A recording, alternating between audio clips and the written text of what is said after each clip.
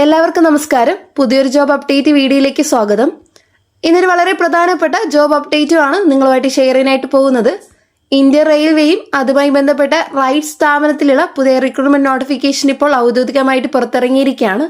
മുമ്പ് ഞാനൊരു short notification അടിസ്ഥാനമാക്കി ഒരു വീഡിയോ ചെയ്തിട്ടുണ്ടായിരുന്നു. എന്നാൽ ഇപ്പോൾ ഡീറ്റെയിൽഡ് നോട്ടിഫിക്കേഷൻ റിലീസ് ആയതിനാൽ അതിലെ മുഴുവൻ വിവരങ്ങൾ നമുക്ക് വിശദമായിട്ട് പരിശോധിക്കാം. ഈ അവസരം കേരളത്തിലെ തിരുവനന്തപുരം ലൊക്കേഷനിലേക്കാണ് ലഭ്യമായിരിക്കുന്നത്. അതായത് കേരളത്തിൽ ജോലി ആഗ്രഹിക്കുന്നവർക്ക് ഇത് വളരെ നല്ലൊരു അവസരമാണ്. ഗ്രാജുവേഷൻ കഴിഞ്ഞവർക്കും എഞ്ചിനീയറിംഗ് ബാക്ക്ഗ്രൗണ്ട് ഉള്ളവർക്കും ഇത് വളരെ നല്ലൊരു അവസരമാണ്. അതിനാൽ വീഡിയോ മുഴുവനായിട്ട് കാണാം. Eligibility, vacancy details, selection process, salary, application process എല്ലാം ഡീറ്റെയിൽ ആയിട്ട് എക്സ്പ്ലെയിൻ ചെയ്യുന്നതാണ്. ഈ റിക്രൂട്ട്മെന്റിന്റെ വിശദവിവരത്തിലോട്ട് കടക്കുന്നതിന് മുമ്പായിട്ട് ചാനൽ വീഡിയോ ആദ്യമായിട്ട് കാണുന്നവരാണെന്നുണ്ടെങ്കിൽ സബ്സ്ക്രൈബ് ചെയ്യാൻ മറക്കരുത്. തൊട്ടടുത്ത് കാണുന്ന ബെല്ലൈക്കൺ അമർത്താൻ ഞാനിടുന്ന വീഡിയോയുടെ നോട്ടിഫിക്കേഷൻ ഉടനടി നിങ്ങൾക്ക് ലഭിക്കുന്നതായിരിക്കും. ഈ ഒരു ഇൻഫർമേഷൻ ജോലി നേടാൻ ആഗ്രഹിക്കുന്ന നിങ്ങളുടെ സുഹൃത്തുക്കളിലേക്ക് ഷെയർ ചെയ്തെത്തിക്കുക. വീഡിയോയ്ക്ക് ലൈക്ക് ചെയ്ത് സപ്പോർട്ടും തരാം. ഇനി ഈ റിക്രൂട്ട്മെന്റിന്റെ വിശദവിവരത്തിലോട്ട് കടക്കാം. ഈ റിക്രൂട്ട്മെന്റ് റൈറ്റ്സ് ലിമിറ്റഡ് എന്ന ഒരു സർക്കാർ സ്ഥാപനമാണ് നടത്തുന്നത്. പോസ്റ്റ് വരുന്നത് അസിസ്റ്റന്റ് ആണ്, അതായത് എഞ്ചിനീയറിംഗ് ടെക്നിക്കൽ ഫീൽഡ് ആണ്. ജോബ് ലൊക്കേഷൻ വരുന്നത് ഇന്ത്യയിൽ വിവിധ സ്ഥലങ്ങളിലാണ്. അതായത് നമ്മുടെ കേരളത്തിലും ഈ ഒരു തസ്തികയിൽ വാക്കൻസികൾ വന്നിട്ടുണ്ട്. ഇനി അപ്ലിക്കേഷൻ മോഡ് ഓൺലൈൻ വഴിയാണ് അപ്ലിക്കേഷൻ പ്രോസസ്സിംഗ് ചെയ്യേണ്ടത്. ഇത് കോൺട്രാക്ട് അല്ലെങ്കിൽ റെഗുലർ അടിസ്ഥാനത്തിലുള്ള പോസ്റ്റ് ആണ്. നോട്ടിഫിക്കേഷൻ അനുസരിച്ച് മാറാനുള്ള ചാൻസും ഉണ്ട്. ആദ്യമായി ഈ ഒരു തസ്തികയുടെ ഏജ് ലിമിറ്റ് നോക്കാം. ജനറൽ കാറ്റഗറിയിൽപ്പെട്ട ഉദ്യോഗാർത്ഥികൾക്ക് 30 വയസ്സ് വരെയാണ് പരമാവധി പ്രായപരിധി. ഇതിൽ OBC കാറ്റഗറിയിലുള്ളവർക്ക് 33 വയസ്സ് വരെ അപേക്ഷിക്കാം. SC/ST കാറ്റഗറിയിലുള്ളവർക്ക് 35 വയസ്സ് വരെയാണ് പ്രായപരിധി അനുവദിച്ചിരിക്കുന്നത്. ഇപ്പോൾ വാക്കൻസികളുടെ എണ്ണം നോക്കാം. മൊത്തം 15 ഒഴിവുകളാണ് റിപ്പോർട്ട് ചെയ്തിരിക്കുന്നത്.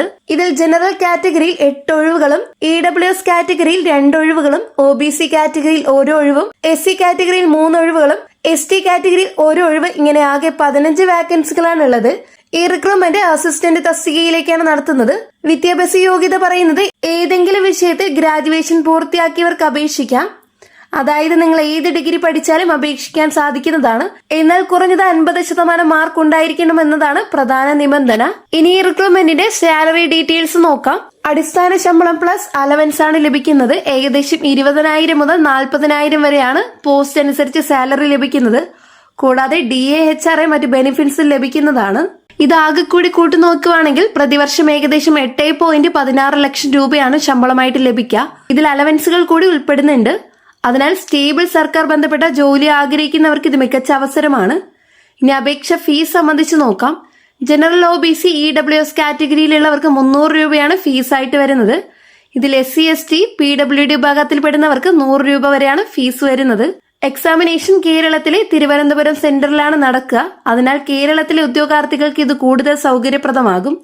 ഇനി പരീക്ഷയും സിലബസും നോക്കാം. പരീക്ഷയുടെ സിലബസ് നോട്ടിഫിക്കേഷനിൽ വിശദമായിട്ട് നൽകിയിട്ടുണ്ട്. അതിനാൽ അപേക്ഷിക്കുന്നതിന് മുമ്പ് നോട്ടിഫിക്കേഷൻ മുഴുവനായി വായിച്ച് മനസ്സിലാക്കുന്നത് വളരെ പ്രധാനമാണ്.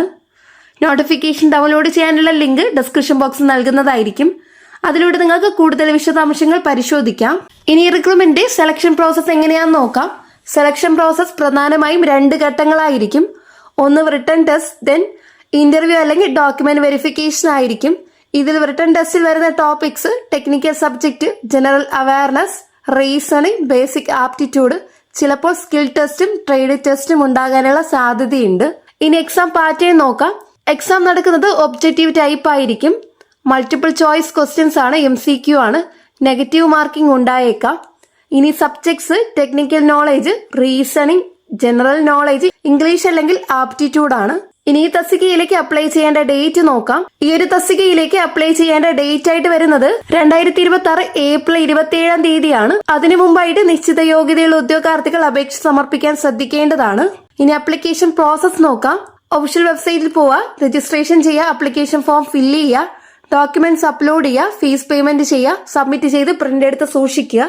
അപ്ലോഡ് ചെയ്യേണ്ടത് ഫോട്ടോ, സിഗ്നേച്ചർ, സർട്ടിഫിക്കറ്റ്സ് ആണ്. ഇനി ഇതിലേക്ക് റിക്വയർഡ് ഡോക്യുമെന്റ്സ് എന്തൊക്കെയാണെന്ന് നോക്കാം. അപ്ലൈ ചെയ്യുമ്പോൾ വേണ്ട documents educational certificates, ID proof, അത് ആധാർ, പാൻ പോലുള്ളതാണ്.